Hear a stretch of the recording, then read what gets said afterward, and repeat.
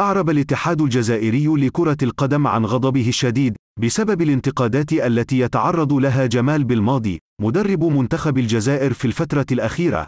وتعرض مدرب منتخب الجزائر لهجمة غير مسبوقة من جانب الإعلامي حفيظ دراجي، الذي أصبح لا يضيع أي فرصة للمطالبة برحيله.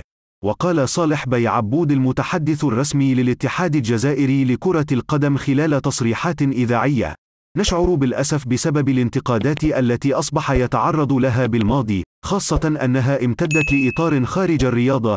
وأضاف: هناك بعض الأشخاص الذين يقودون حملة ممنهجة ضد جمال بالماضي، وأطلب منهم التريث والهدوء في الفترة المقبلة. وواصل: نحن مقبلون على مرحلة جديدة بداية من العام المقبل، وجمال بالماضي الآن بحاجة لدعم الجميع من أجل مواصلة العمل وتحقيق مشوار جيد مع المنتخب الوطني في تحديات المستقبل. وكشف صالح بيعبود في نهاية المطاف أن جمال بالماضي ورغم كل ما يتعرض له في الآونة الأخيرة، إلا أنه يبقى مركزا على عمله فقط وعازما على إعادة الفريق لمساره الصحيح. وأتم: الأمر المؤكد هو أن بالماضي يواصل عمله في صمت من أجل مستقبل مشرق لنا.